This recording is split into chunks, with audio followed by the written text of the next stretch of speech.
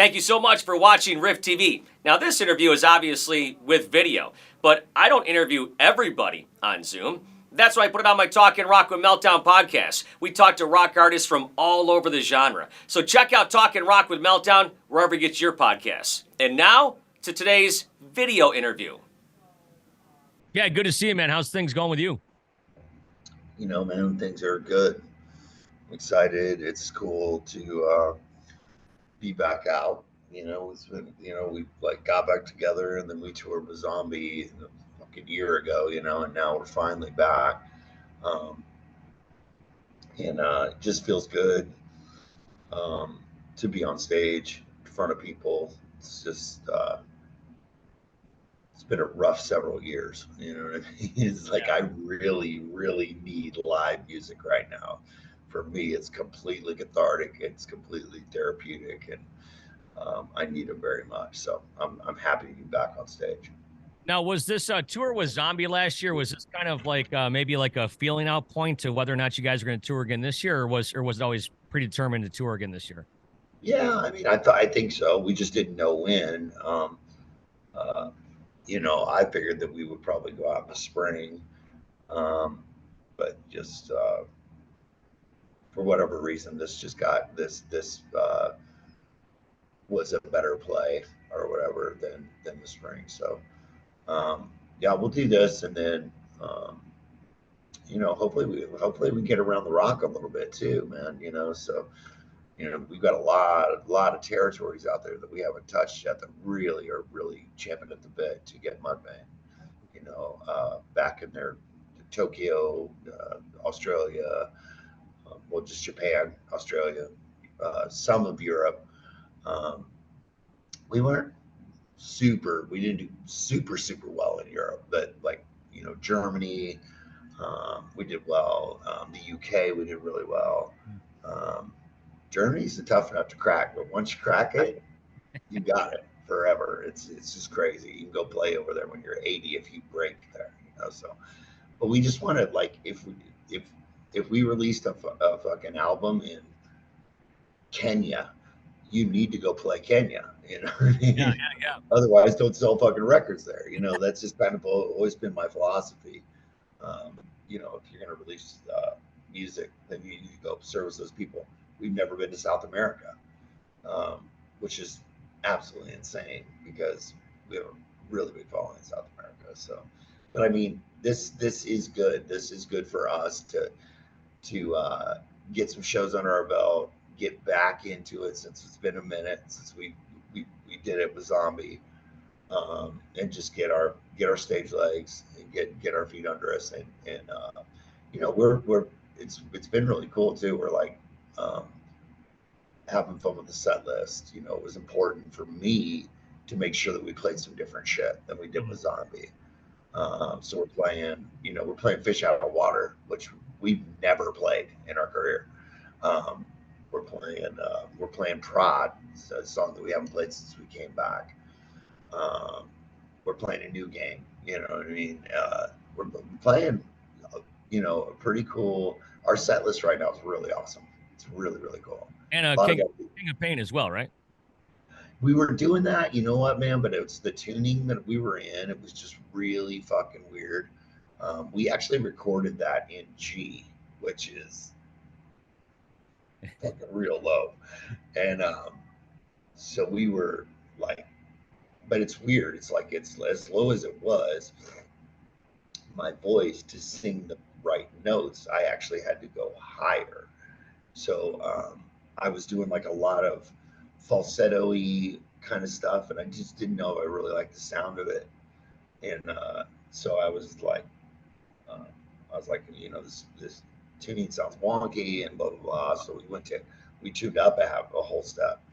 And it's funny tuning up. I was able to hit it, and it's makes no fucking sense. Music is so weird, but yeah, you think you go up, and I couldn't hit it when it was lower. That I would be able to hit it higher, but then I could hit it. But it just did not sound good. Like, you know what I mean? Like the guitars, and they're really fucking low from the actual recording. and it just sounds wonky. It doesn't sound. It's not cutting. You know what I mean? And that song is a very cutting song. And when I'm singing the verses, because I start with one down and then I do the next three, I sing them up in like a very power part of my voice, and those sound great. But that first one, I had to sing it down, and it was just so low. Mm. A little black spot on the sun. It was just it didn't sound good. I'm just like, you know what? We fucked with it a couple times. We played it twice. Um, I'm bummed out that we pulled it, but it's for the better. Yeah, there you go. You know, you were just talking about you guys haven't really done a full tour since 2010. Did that, you know, with like the whole Pantera thing? I don't want to get you into controversy about Pantera, but like there was a bunch of fans never got to see Pantera play. Did that thought ever cross your mind that there might have been fans that will never get to see Mudvayne play? That's exactly what's happening. I mean, that's honest. You nailed it. I mean, that's exactly what it is. I remember standing in Vinnie's kitchen one time or whatever, and him being like, he's like, man, I'll tell you what, Chad. He's like, Pantera is bigger now than we've ever been, and this was a zillion years since since Dime had passed, and you know, since they had toured, because they hadn't toured because like Damage Plan did a record and toured, you know what I mean?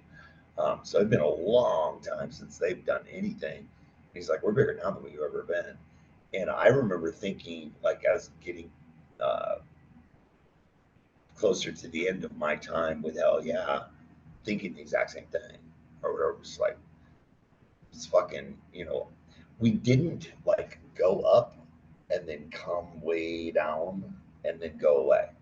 We like came up, we were like hanging here, and then we went away. Yeah. So we still went away when we were pretty fucking popular, honestly. Yeah. So, which is what Pantera did too, So, so yeah, I definitely felt that. But yeah, I think that's what's going on. But I think it's cool because I'm seeing youth at the shows. I mean, I see very, very small youth at the shows. Like there's a kid I called out last night. He was 10, fucking front row. So I'm seeing youth, but I'm not seeing all of them being 8, 9, 10, 11, 12 years old like you see. Like I'm seeing kids that are, in their late teens, early 20s, which means that they never saw Mudvayne because Mudvayne hadn't played for fucking 12 years. And if you're 21 or 20, you were fucking 8 years old. You probably didn't see us. So I'm seeing that age group in the crowd. Anywhere between 16, 17 to 24, 25. You know what I mean? That I guarantee you, none of those kids have seen us. You know what I mean? Because they were too young the last time we played. So yeah, but it's been so fucking. You'll see this old man at the next show in Detroit here, August 6th. So yeah, dude. I mean, and we have that. We have a lot of that. You know what I mean? We have a lot of people my age. You know what I mean? Like our age. Our era, and I love playing for those people, man. And it's just like, and I always say it. I don't sit on the store, but I'm like, I don't like. I want to. I don't care how old you are. You can be 60 fucking years old. Put your fucking hands in the air if you're a true metal kid. And everybody loses their shit because it's true. Like, when I listen to fucking Slayer haunting the chapel, I'm like, or Rain and Blood, or fucking Pantera, Cowboys, or Vulgar, or Metallica, Kill 'Em All. Dude, I'm fucking 16 years old again. When you put that shit on, it's like, it is literally like the sonic fucking fountain of youth. Just like, you listen to it and you go back, I mean, fucking all the Metallica, there's Metallica albums that are getting ready to be 40 years old. You know what I mean? But yeah, you're transcended back 30 plus years. You know what I mean? I remember when I was a little kid, my grandma was always like, oh yeah, that's my friend Mabel. I've known her for 30 years. And I just remember looking at her like, what? You've known somebody for 30 years? When you're a little kid, you can't even wrap your head around that. And now I could literally say like, oh, Metallica, I've been listening to them for 35 years. You know what I mean? Like, what? You've been listening to them for 35, you know what I mean? Yeah, the debut record just turned 40 the other day. I think Ride the Lightning turns 39, I think, today. Or Okay. Yeah, so I did see that, right? Kill 'Em All just turned 40, right? yeah, something like Yes. Yeah. That's incredible.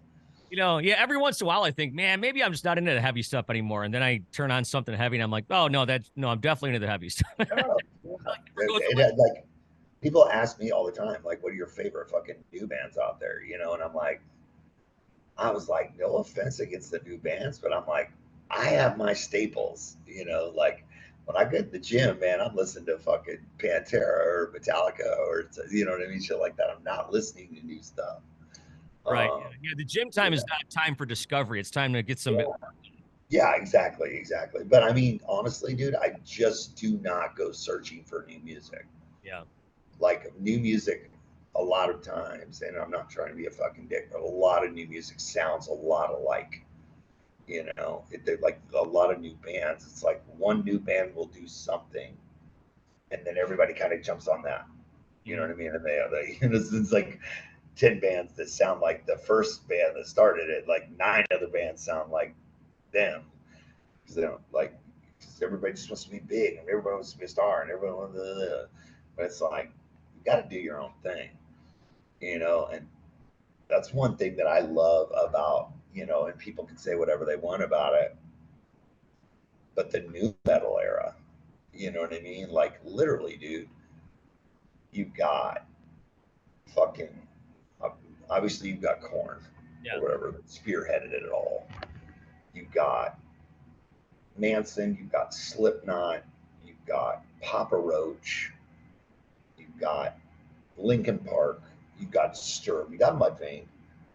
You know, like I just named 7 bands. Not a single one of those bands sounds the same. Right. Not one. Mhm. Not one. And that was the, you know, and I can name fucking probably 5 more that don't sound the same that were part of that push.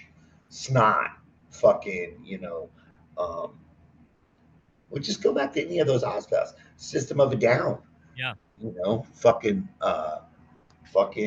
Incubus. Like, literally, like, I've just named 9 bands, and none of them sound the same. That is a good fucking era of music. Right. That's a good era of music, man. It really was. Yeah. Even if you go back to the Metallica days, you have Metallica, you have Megadeth, you had Slayer, you had fucking Testament. Those bands kind of sounded the same, you know what I mean, on a level, because they were thrash metal bands, you know what Right. I mean? And that was the genre, thrash metal. Mhm. You play fucking fast and da da da da. The vocals sounded different in all of them, you know what I mean?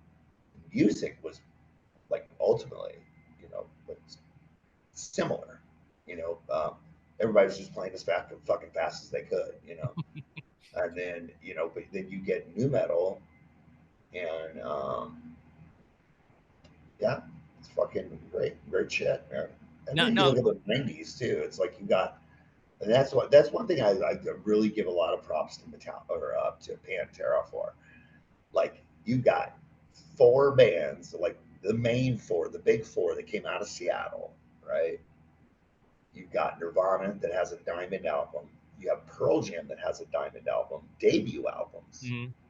You have Soundgarden that was crushing. You have Alice in Chains that was crushing.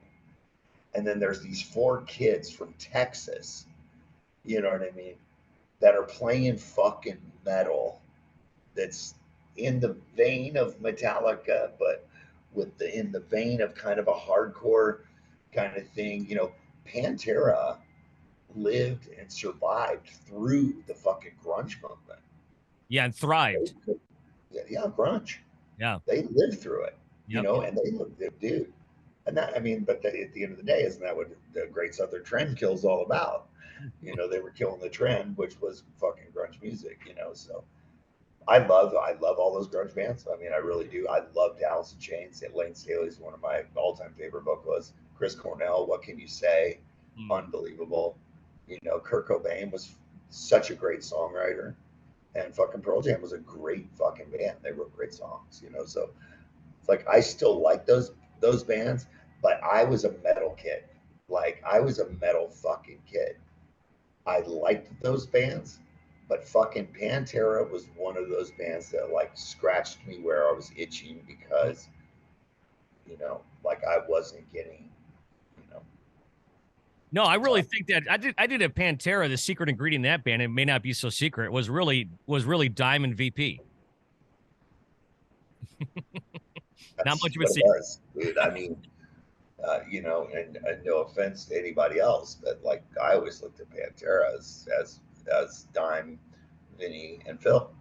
Mhm. I mean, Rex was Rex. He's playing bass. But those motherfuckers were they had the shine. They were fucking special people. Um, and it was so cool for me too. Like, that's one of the things that is the greatest um, things in my career is to be able to write songs with a man like Vinnie Paul, Mhm. because like he wrote songs with arguably the greatest guitar player, not even arguably, in metal, Dime. Uh, and those motherfuckers played for the song. Mhm. It was crazy, like how they did it, and uh, you got like arguably, this is arguably one of their biggest songs is dun dun dun dun dun dun dun Mhm. dun, and drums are boom tap. What's the chorus? Dun dun dun dun the band dun dun dun dun the band. Like it is the most fucking basic song on the planet, but knowing what I know about Vince or whatever and what he did with me, the vocal was the vocal carried that song. So it didn't need any more musically than what they gave it. Mhm. Because that fucking verse melody, can you see how easily I'm bothered by persistence?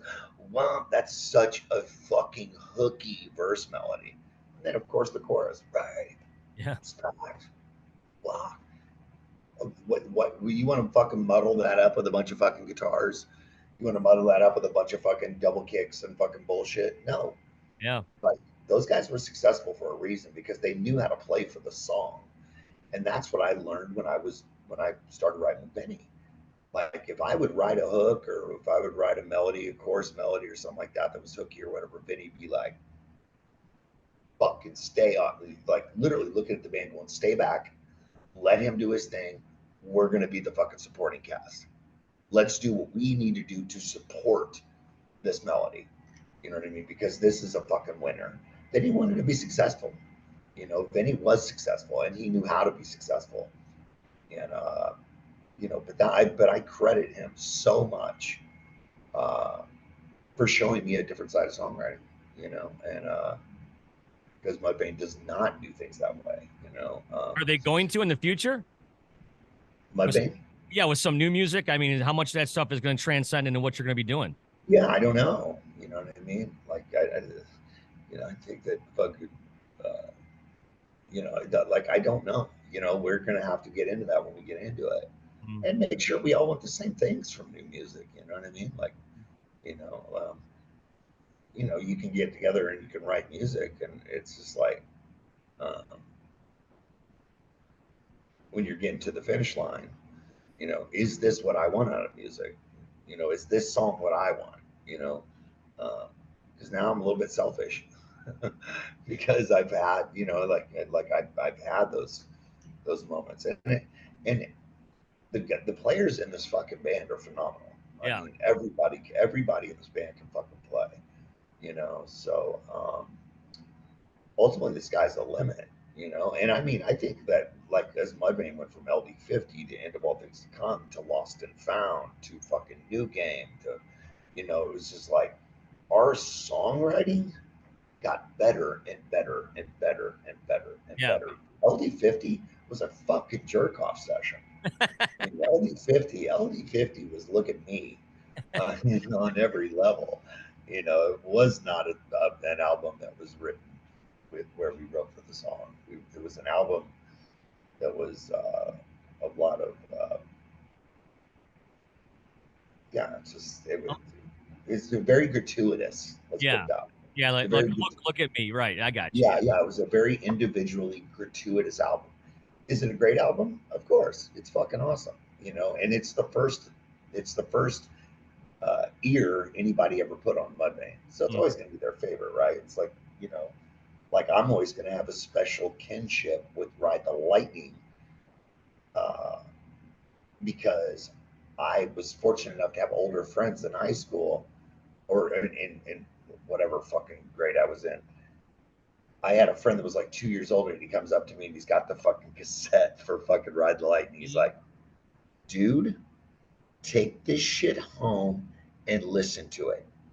Bring it back to me tomorrow. And if anything happens to this, I will fucking kill you.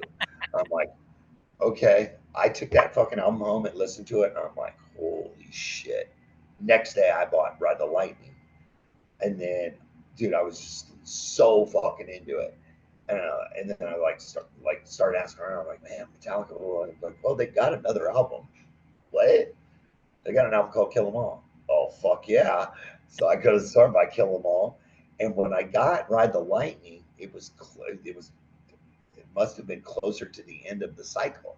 So I got Ride the Lightning, I got Kill 'Em All, and then not long after that, Master was Yeah, released. Master, yeah. So it was a fucking pretty small fucking window of time. I had three fucking Metallica records, and I Mhm. was like the happiest motherfucker on the planet.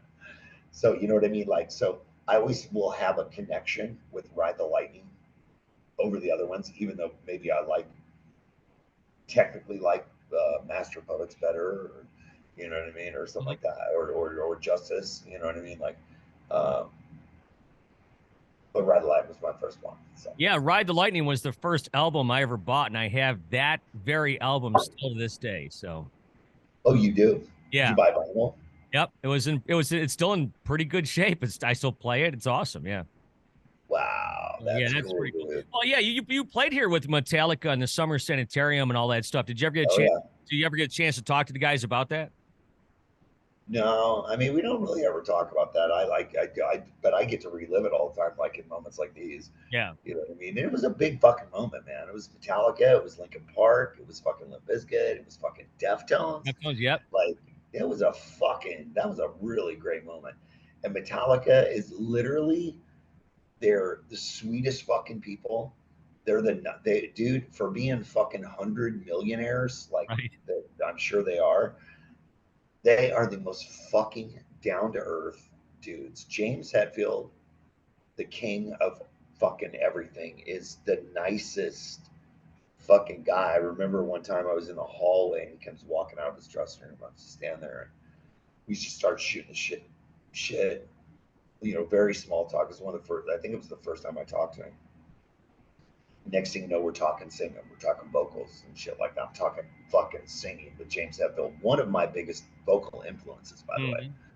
Like what James did, like that I have, what a lot of us have, or that are under him, is what I call yellity.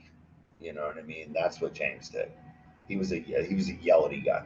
And the bastion play crumbling away. That's fucking full voice. Right. He's literally yelling those lyrics. Mhm.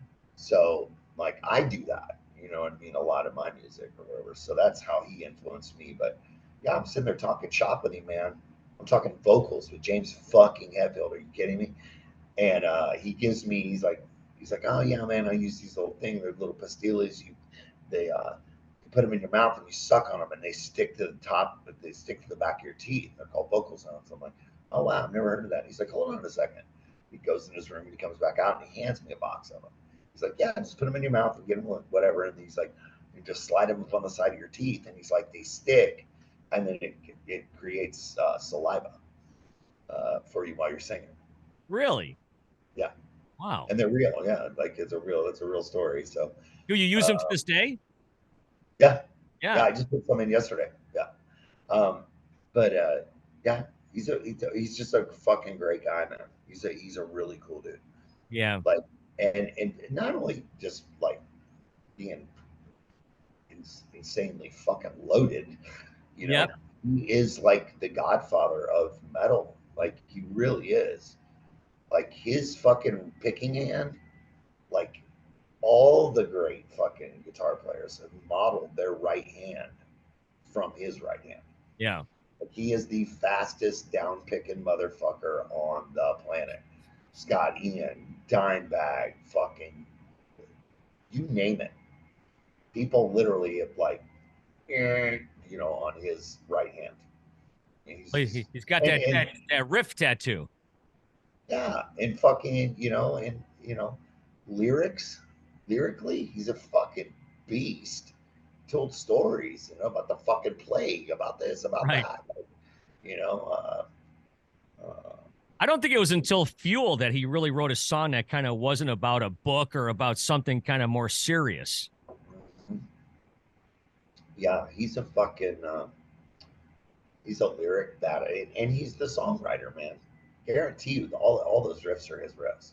Yeah. I mean, uh, Lars is like even with him because Lars kicks a beat to what he writes, but at the end of the day, Lars is a drummer and James Hetfield's James fucking Hetfield. You can't touch that shit. Yeah, as far as I'm concerned, James is like the epitome of a rock star. I mean, he's a super nice guy. I've had a chance to interact with him a bunch of times, and Oh, you have? everything. I agree with everything you just said. Yeah, no, he's fucking phenomenal. Yeah. Like Meet Your Heroes. That Yeah. dude, absolutely, 100%. I've met him where I didn't want to meet him, or I shouldn't have met him. I met a lot of fucking people that were just fucking dicks. You know what I mean? And I'm like, all right, I'm gonna go home and burn all your CDs. Well, it's funny because I think the last time I saw you in person, we were on the bus, and I showed you the video of the last time I talked to VP, and boy, he was hammered. I don't know if you remember that. We were in Las Vegas and stuff, and Yeah. what a great guy he was.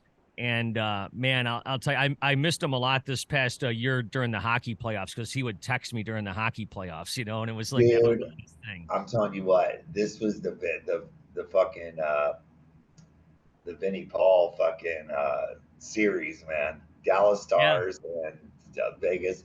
He was a huge Vegas fan.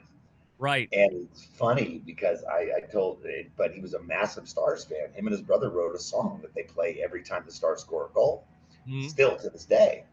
And I told my wife, I was like, you know what? Because she's like, oh man, this is the Vinnie Paul series. I'm like, oh, absolutely. I'm like, you know what, babe? I was like, I'll bet you any amount of money, if Vinnie was still alive, he would have went to every game of that series. For sure. Flying back and forth between Dallas and between Dallas and Vegas. He would have went to every home game for either one of the teams. Like, yeah, the last time I texted with him was the series that Vegas lost. And every time I thought I was texting the last text, he would text me another one. This went for like an hour.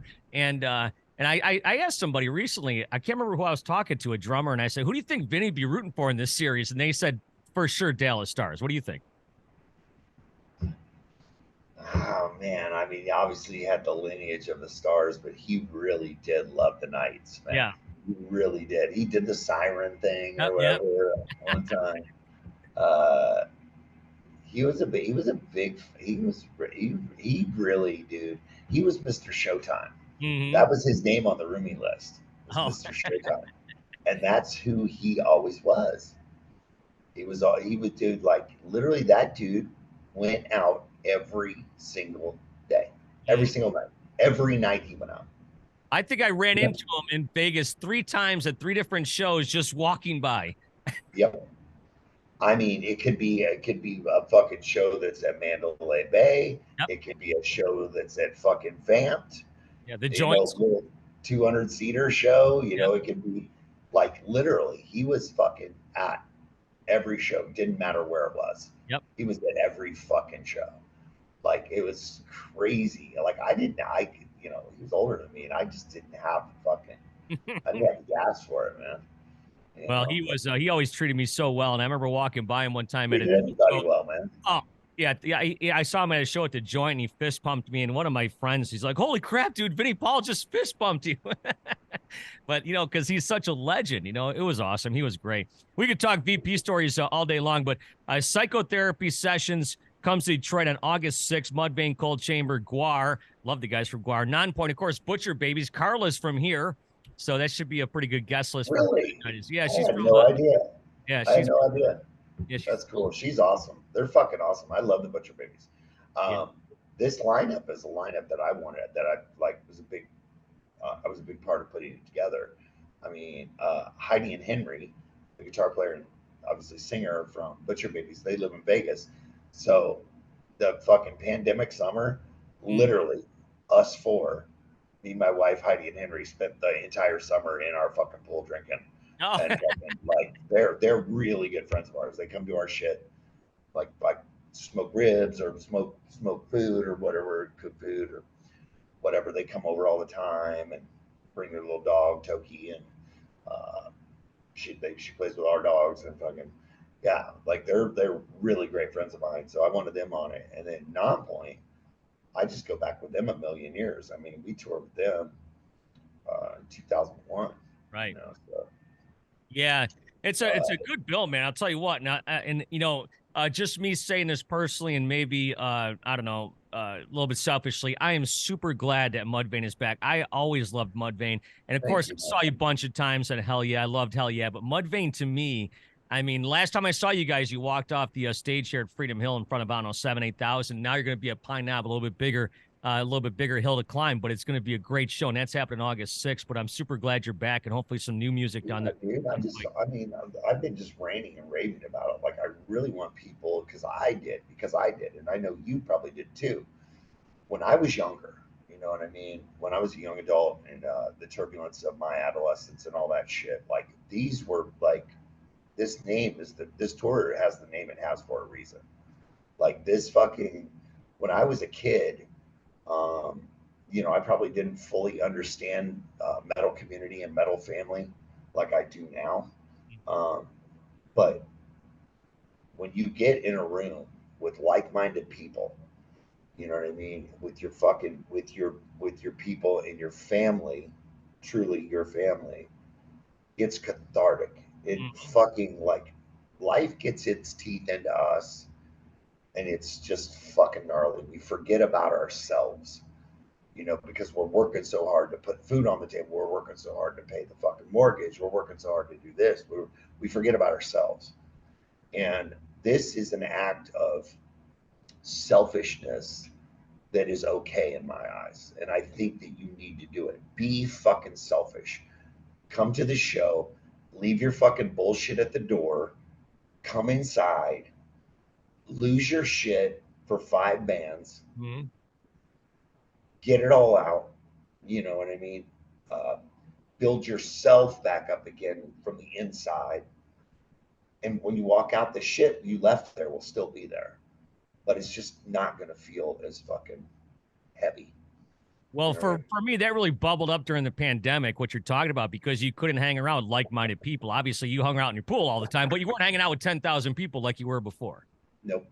Yeah. It's like people all the time look at me like, oh man, dude, you saved my life. And I'm like, you saved mine.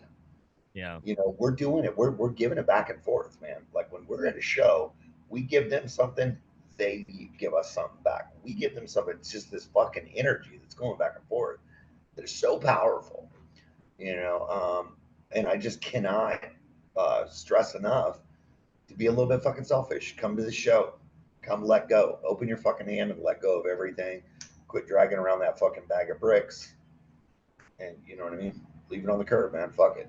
You Well, know? Chad, this, that Detroit will bring it for sure. Like I said, August Oh, 6th. absolutely. This is one of the shows I'm most excited about. Right. I fucking love Detroit. Um, I really do. And yeah, man, we're all stoked, man. We're all stoked. We're stoked for the whole tour. We're stoked for the lineup. You know, and we're stoked to get up in front of every fucking fan uh, that drops dime on themselves and stands in front of me. I'm gonna scream in your fucking face, and that's what's up. All right, Chad, I got to cut you loose here. I'm running out of time, but I do really appreciate the time, and we'll see you here in a Uh, couple weeks, okay? my pleasure, brother. I hope to see you there.